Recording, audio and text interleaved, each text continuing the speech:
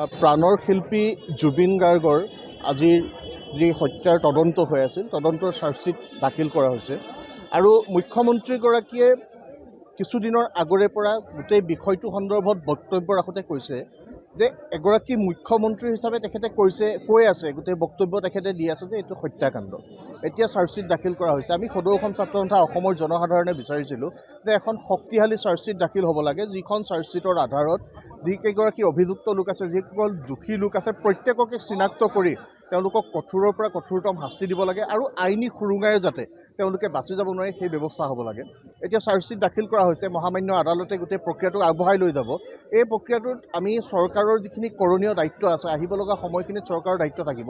Fast track আদালতৰ কথা তেওঁলোকে কৈছিল, তাৰ সমান্তৰালভাৱে পাব্লিক প্ৰচিকিউটৰ নিয়োজনৰ কথা তেওঁলোকে ঘোষণা কৰিছিল। সেই গোটেই বিষয়বিলাক ত্বৰান্বিতভাৱে আগবঢ়াই লৈ যাব লাগে আৰু জুবিন গাৰ্গে ন্যায় নোপোৱা পৰ্যন্ত সদৌ অসম ছাত্ৰ সন্থা আৰু অসমৰ ৰাইজ ক্ষান্ত নহয়, সেই কথা নিশ্চিত।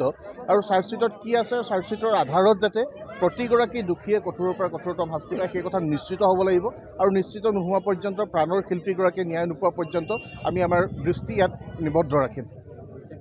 যিকোনো খবৰৰ বাবে যোগাযোগ কৰক 7099017330 লগতে 7099017110 নম্বৰত।